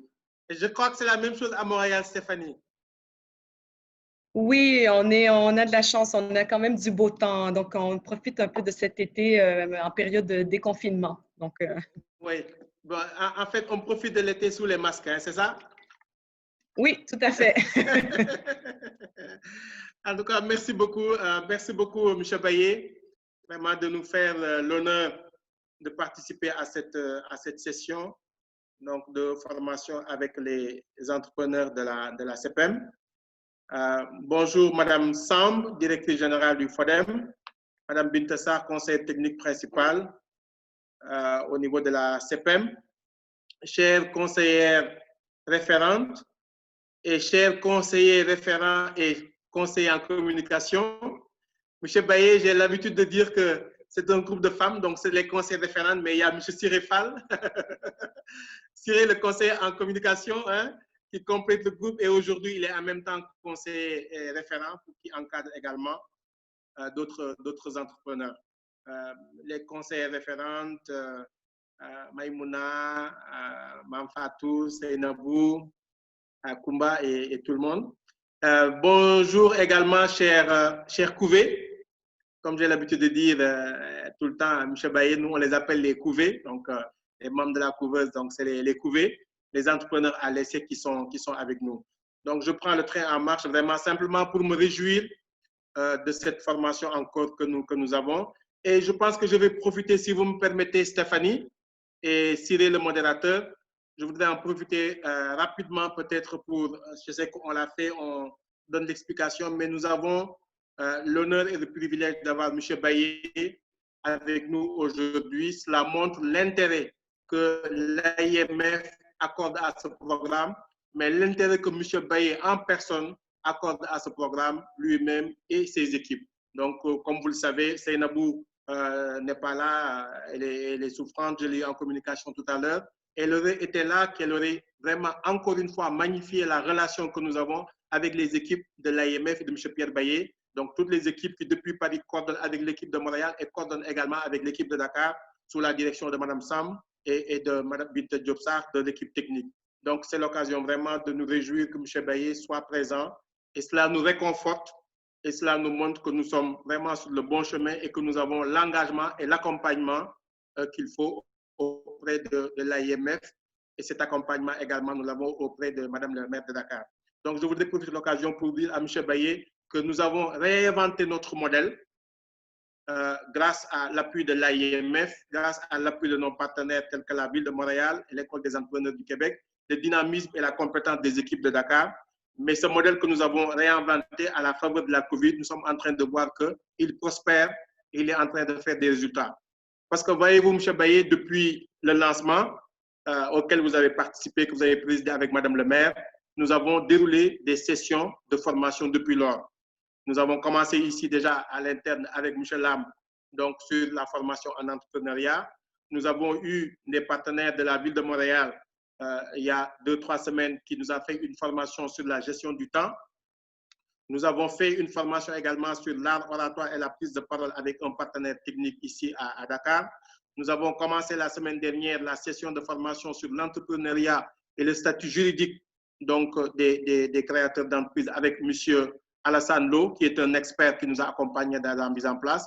Alors, je fais ce listing, M. Baillet, simplement pour dire que nous avons effectivement cette COVID, cette contrainte, mais ce modèle que nous avons créé, inventé avec votre appui, nous permet de dérouler notre programme pour vraiment répondre aux attentes de l'AIMF et de nos partenaires. Donc, nous sommes en mode virtuel depuis et nous exécutons nos programmes comme il le faut. Nous avons eu la chance, M. Baillet, il y a 2 semaines, ou 2 ou 3 semaines, d'avoir 2 sessions en présentiel. Ça s'expliquait parce que nous avions des formations sur l'art oratoire et la prise de parole. Donc, nous avions scindé le groupe en 2, des groupes de 25, et le formateur a pu, pendant 3 jours, recevoir les entrepreneurs à l'essai, faire la formation. Et à l'issue de la formation, nous avons organisé plus ou moins un concours d'expression orale et d'art oratoire qui nous a permis, en tout cas, à tous les entrepreneurs de s'exprimer devant un jury, un public qui était composé de Mme Sam, de M. le directeur du centre de formation, du formateur, de Binta et de moi-même.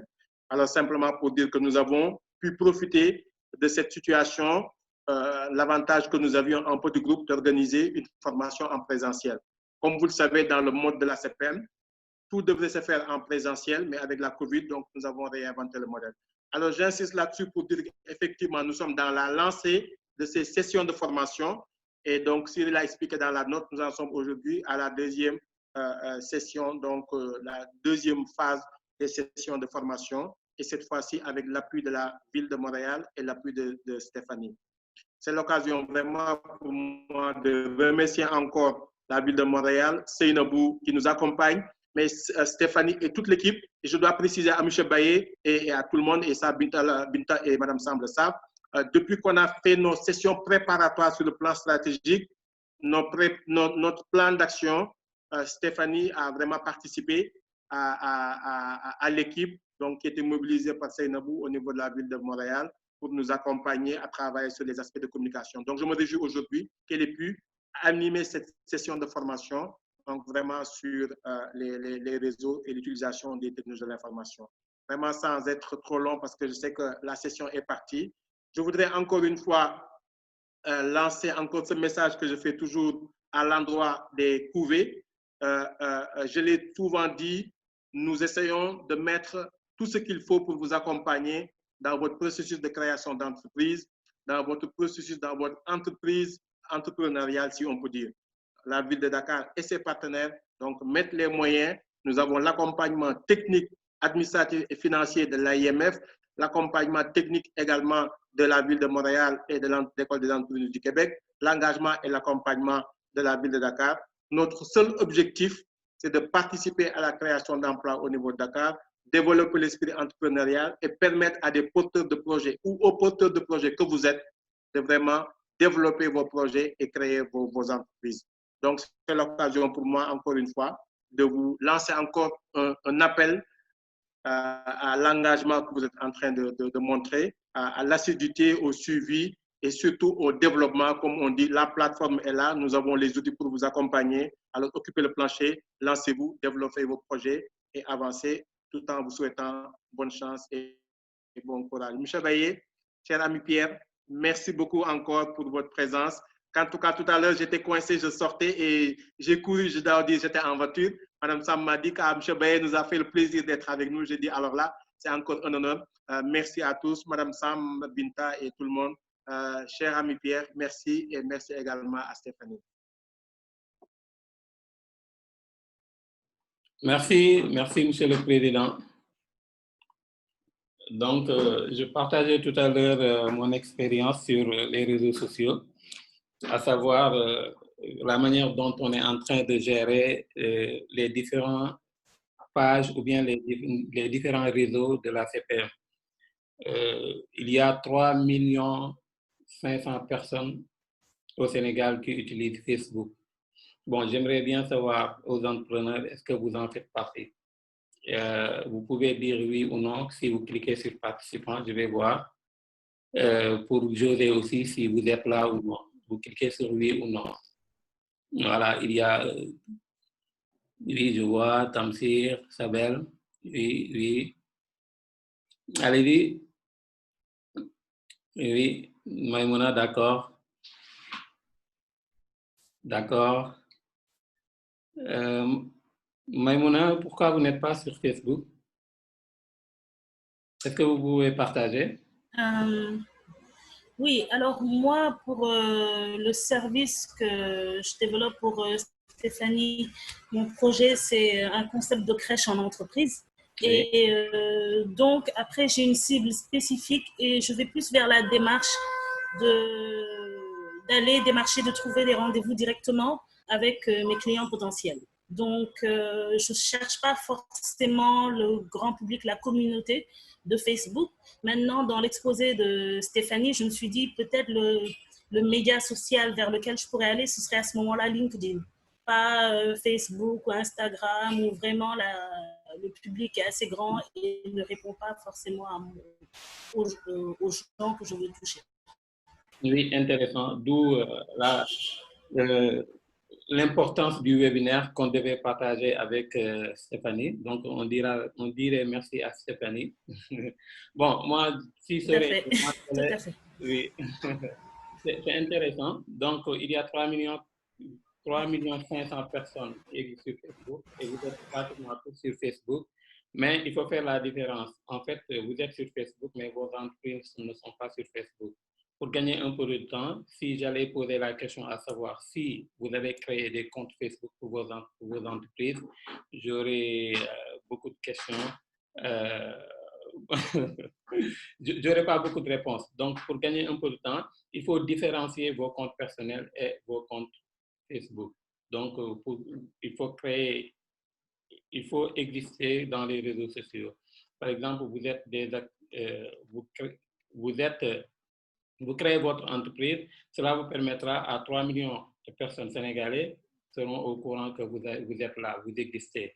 De même que le reste du monde aussi, peut-être sauront que vous avez créé une entreprise et que vous êtes dans tel domaine ou tel autre domaine.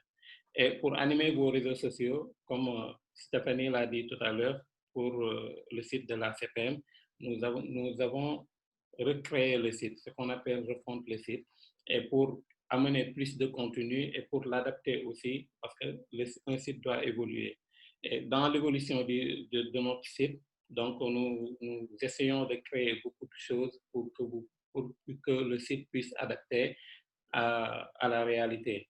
Autre chose aussi, pour animer vos réseaux sociaux, Stéphanie l'a dit tout à l'heure, il faut avoir une présence dans les réseaux.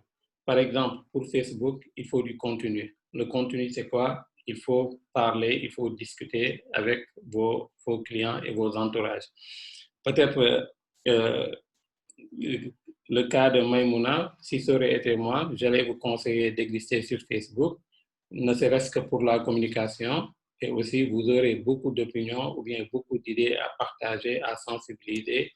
Et ce serait très important d'exister sur Facebook. Hormis Facebook aussi, il faut créer un site Internet. Vous pouvez créer un site Internet, c'est primordial d'être sur LinkedIn. Une entreprise, les 3 réseaux que je vais vous conseiller, c'est Facebook, LinkedIn et Twitter. Je ne parle pas de site Internet, c'est impératif d'avoir un site. Parce que dans l'ère du numérique, si vous n'avez pas un site Internet, vous n'existez pas. Dans un premier temps, vous n'avez pas les moyens d'avoir un site, donc vous avez un compte Facebook ou bien un compte LinkedIn ou Twitter. Nous sommes dans l'ère du numérique, pratiquement vous avez tous des téléphones connectés, raison pour laquelle il est plus facile d'exister sur les réseaux. Juste faire la différence entre vos comptes personnels et vos comptes Facebook et vos comptes professionnels. Dans notre accompagnement aussi, il y a un accompagnement qu'on fera pour aider les entrepreneurs à créer ou bien à exister dans les différents réseaux. On va commencer par la création des logos, définir les chartes graphiques d'abord et évoluer vers l'existence dans les réseaux sociaux et pour finir à la fin avec la création d'un site Internet. L'Internet, je ne vous apprends rien, c'est très facile pour que les gens puissent commander. Les gens même commencent à vendre dans Facebook ou bien même vous utilisez WhatsApp qui est aussi un réseau social qui est très développé aussi. Moi, ce que je vous invite à faire, c'est identifier votre marque à votre personne. Par exemple, quand on parle de Sensac de Mor Ndiaye, que les gens sachent que Sensac est géré par Mor Ndiaye. Donc, c'est d'identifier votre marque avec votre entreprise, qui est très important. Au niveau de la CPM aussi, ce qu'on est en train de faire, nous sommes pratiquement dans tous les réseaux. Nous avons jugé aussi d'être sur Facebook, Twitter, Instagram, de même que LinkedIn. Aussi, il ne faut pas oublier YouTube, qui est aussi un réseau social.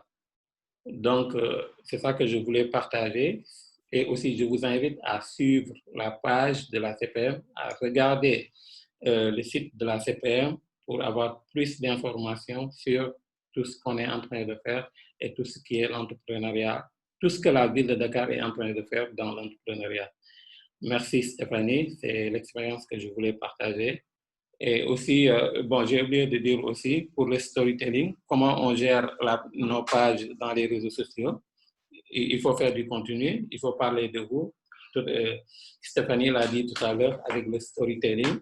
Et aussi, vous devez publier avec une fréquence. Stéphanie l'a dit tout à l'heure, une fréquence en moyenne, c'est 2 publications par semaine.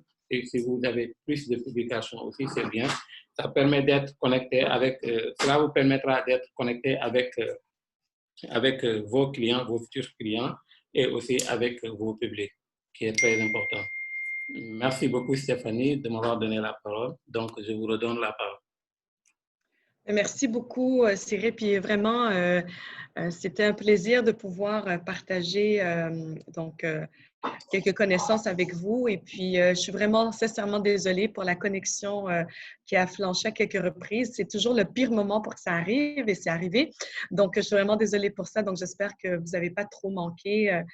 Sinon, je sais que j'ai partagé la présentation avec Cyril, donc je ne sais pas normalement, bon, je sais que on est live, on est sur Facebook et que probablement que la vidéo sera disponible par la suite, mais ça m'a fait vraiment plaisir et puis j'espère avoir répondu à certaines questions, j'espère vous avoir peut-être éclairé sur certaines choses et puis je pense que dans tout ça, il y a beaucoup c'est de prendre le temps aussi de connaître sa clientèle, vos clients sont attachés à vous. Donc, je pense que c'est important, puis d'avoir ce dialogue constant aussi avec votre clientèle. Donc, c'est très important parce que si vous pensez faire justement des changements, comme certains ont mentionné, bon, peut-être on voudrait changer de nom ou on voudrait changer de positionnement. Bon, c'est important de prendre le pouls de votre clientèle parce que, comme je vous ai mentionné, il y a quelques exemples. Parfois, bien, ça peut susciter une réaction très vive parmi certaines personnes qui sont habituées ou qui ont développé un certain attachement à votre marque ou à votre clientèle. Donc voilà, ben, ça me fait plaisir. Et puis, je sais que ce n'est pas terminé, on va continuer les formations ensemble. Donc, moi, ça m'a fait vraiment plaisir. Et puis, voilà, je ne sais pas s'il y en a qui ont d'autres questions, mais sinon, c'est vraiment tout ce que j'avais à partager avec vous aujourd'hui. Merci encore de votre écoute pour les 2 heures, malgré les petits glitches au niveau technologique. Et merci beaucoup Monsieur le directeur d'être présent parmi nous. C'est très apprécié. C'est vraiment pour nous, et je sais que Sénabou aurait aimé le pouvoir dire de vive voix, mais on est très, très, très, très, très heureux, je vais dire heureuses, puisque nous sommes 2 femmes, à la Ville qui travaillent sur ce projet, de pouvoir collaborer avec vous. Vraiment, c'est vraiment une joie de voir tout ce que vous êtes en train de développer, de la façon que vous accompagnez les entrepreneurs, puis tout le travail, même dont on ne parle pas durant les formations, mais qu'on sait que vous faites aussi en dehors de ces formations-là. Donc, je sais que c'est un travail qui est énorme et j'apprécie vraiment de pouvoir côtoyer les conseillères et conseillers.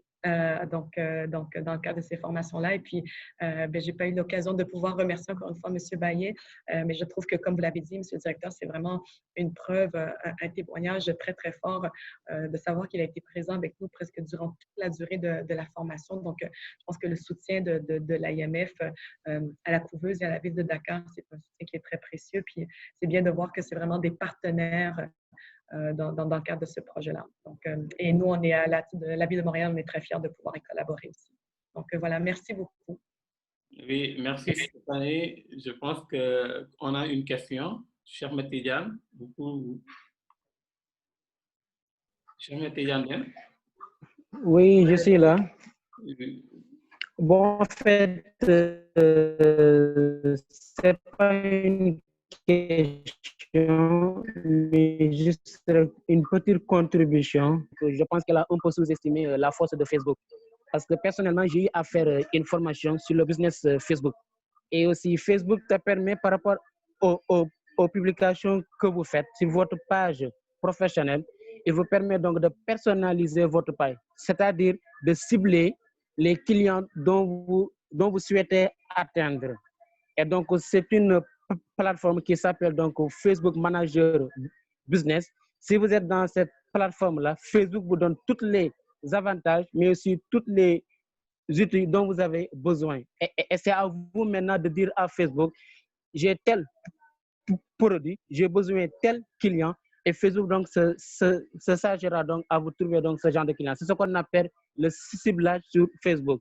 Donc, quel que soit votre domaine, quelle que soit votre activité, service ou produit, avec Facebook, effectivement, vous pouvez toujours trouver votre ciblage. Donc, ça ne veut pas dire que vous êtes dans un tel service et que votre client n'est pas sur Facebook. C'est une erreur pour moi parce qu'aujourd'hui, comme le dit Cyril, 3 millions de Sénégalais sont sur Facebook. Il y a des grandes personnalités aussi qui sont sur Facebook. Et ce n'est pour rien aussi que les grandes entreprises aussi se trouvent sur Facebook. Donc, il est important aussi de connaître ceci aussi et de pouvoir tout simplement donc apprendre davantage pour connaître donc comment faire une publication ciblée sur Facebook. Donc, c'est tout ce que j'aimerais juste ajouter pour montrer donc la force des réseaux sociaux pour la promotion de nos produits ou services. Merci. Merci. Puis je suis tout à fait d'accord avec vous. Effectivement, c'est pour ça que j'ai dit d'entrée de jeu que Facebook n'est pas mort, parce que certains peuvent penser, parce que les milléniaux ne se trouvent pas, que ce n'est pas important, mais au contraire, c'est le média social qui est le plus utilisé, où il y a une grande partie de personnes, que ce soit, comme j'ai mentionné, qui sont là pour des besoins personnels, mais aussi professionnels. Et si vous faites et si vous faites de la vente d'entreprises à consommateurs, le B2C, il faut effectivement être présent sur Facebook. Et je pense que, comme je disais, c'est important d'essayer parce que comme ça bouge beaucoup, comme les algorithmes bougent beaucoup, parfois les gens peuvent penser « Ah, ben mon impact n'est peut-être pas aussi fort », mais au contraire, c'est que comme ça change beaucoup, donc plus on est présent, plus on a une fréquence, donc on y va de façon régulière. Et c'est là que notre impact est plus grand. Donc, oui, je suis tout à fait d'accord avec vous. Oui, merci Stéphanie. Je pense que Binta a demandé la parole. Binta, vous avez la parole. Parce que vous avez parlé de l'intérêt pour les entrepreneurs d'utiliser les réseaux sociaux. Et je voudrais savoir aussi, quel est l'intérêt pour les professionnels qui ne sont pas des entrepreneurs, quel intérêt ils trouvent à utiliser les Facebook et les autres réseaux sociaux? Oui. Merci. Ben déjà, aujourd'hui, je n'ai pas parlé de sa marque personnelle, mais je pense que chaque individu, on a aussi une marque personnelle. Donc, en tant que professionnel, vous avez une expertise, vous évoluez dans un secteur donné. Donc, peut-être que vous voulez faire partager vos réflexions dans le secteur d'activité que vous êtes. Peut-être que ce serait intéressant pour les gens de savoir qu'à travers la CPEM, bien, vous accompagnez les entrepreneurs. Voici certaines réflexions que vous avez pu voir en accompagnant X nombre de personnes au cours des dernières années. Beaucoup utilisent les médias sociaux pour leur branding personnel, pour se positionner. Pas tant parce que pour se faire voir, ça peut être aussi pour ça, ça peut être de l'autopromotion, mais aussi pour partager une expertise, pour partager une expérience, mais aussi de communiquer avec d'autres personnes qui évoluent aussi dans ces mêmes sphères-là. Donc, on parle de communauté. Hein. Les médias sociaux, c'est beaucoup un aspect de communauté. Donc, souvent, on veut aussi voir qui sont les personnes qui partagent les mêmes intérêts avec nous, puis qu'on a envie de se connecter avec ces gens-là. C'est pour ça qu'on voit des pages. Il peut y avoir des pages Facebook qui sont publiques, qui sont privées, qui regroupent des gens qui ont une affinité particulière. Donc, que ce soit au niveau de la cuisine, que ce soit au niveau de l'informatique, que ce soit au niveau de tout ce qui est la crypto-monnaie. Donc, il y en a des pages. Donc, ça peut être une façon pour vous de connecter avec d'autres personnes qui font le même métier, qui pratiquent qui font les mêmes choses que vous ou les mêmes intérêts, ou ça peut être pour vous de partager certaines choses, des réflexions. Mais ça peut aussi, parce que, bon, pour une raison ou une autre, certaines peut-être cherchent à changer de secteur d'activité ou qui veulent changer d'emploi ou veulent faire un changement de carrière. Donc, en étant présent, si vous avez une voix sur les médias sociaux aussi, c'est que les gens peuvent vous repérer. Et ça, c'est surtout vrai sur LinkedIn. Donc, LinkedIn, c'est clair que si vous êtes un professionnel, que vous évoluez dans un secteur donné, moi, je vous encourage fortement à avoir une présence au moins sur LinkedIn parce que c'est un peu comme si c'était le CV, mais le CV plus dynamique. Donc, ça parle de vos expériences, ça parle de vos engagements aussi personnels. Donc, si vous êtes impliqué ou vous soutenez des causes. Donc, tout ça, les gens qui sont à la recherche de personnes, et comme je disais, c'est les décideurs qui sont sur LinkedIn. Donc, ce sont les gestionnaires d'entreprise, ce sont les PDG, c'est les grandes corporations. Donc, ça peut être intéressant, encore une fois, pour sa marque personnelle d'être présent sur LinkedIn. Et pour tous les entrepreneurs et les entreprises aussi qui font du B2B, donc, si vous cherchez des partenaires d'affaires, si vous cherchez à vous positionner dans un marché, donc c'est clair que si vous avez quelque chose à partager, on vous conseille les médias sociaux. Puis selon ce que je vous ai décrit, il y a différentes façons, il y a différentes voies. Donc, on n'utilise pas les médias sociaux de la même façon. Donc, il faut aussi penser à qu'est-ce que vous communiquez sur Facebook, qu'est-ce que vous communiquez sur Instagram, qu'est-ce que vous communiquez sur LinkedIn. C'est très différent. Ou sinon, vous devez l'adapter en fonction de l'audience ou de l'auditoire. Oui. Merci Stéphanie pour la réponse. Je voulais aussi préciser sur la question de Ahmed Tidiane qu'avec Facebook Business Manager, toutes les personnes n'ont pas la capacité ou bien l'expérience d'utiliser Facebook Business Manager. C'est un domaine où, soit vous avez reçu une formation, mais c'est un domaine dédié au comité manager. Et dans le groupe, il y a des comités managers qui sont là. Donc, si un entrepreneur, par exemple, j'ai reçu la dernière fois un entrepreneur qui voulait faire booster sa page. Il ne suffit pas seulement de booster sa page. Il y a des techniques à savoir pour booster une page. Donc, raison pour laquelle, si vous pouvez vous rapprocher auprès des comités managers, ou bien si vous n'avez pas les moyens, si vous ne savez pas, comme l'a fait Maïmouna Diallo, c'est mieux de se retirer et de discuter avec des spécialistes qui vont vous aider à exister sur les réseaux sociaux. Avoir un compte seulement ne veut pas dire que vous êtes sur Facebook. Donc, il faut être sur Facebook et animer la page. Au fur et à mesure, on permettra à la page d'exister. Et être sur Facebook va jouer sur le référencement. Le référencement, c'est quoi? C'est dans votre domaine d'activité. Si une personne va sur YouTube et recherche votre domaine d'activité ou bien un service que vous êtes en train de donner, il peut vous trouver à travers Facebook, même si vous n'avez pas un compte, même si vous n'avez pas un site Internet. Donc, c'est très important. Mais quand vous voulez faire booster ou bien travailler avec Business Management, Facebook Business Management, je vous conseille de se référer auprès des community managers qui sont là.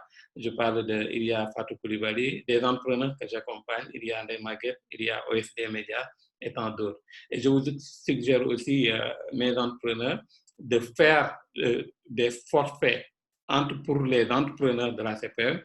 Comme ça aussi, vous pouvez travailler sur leur image de marque et sur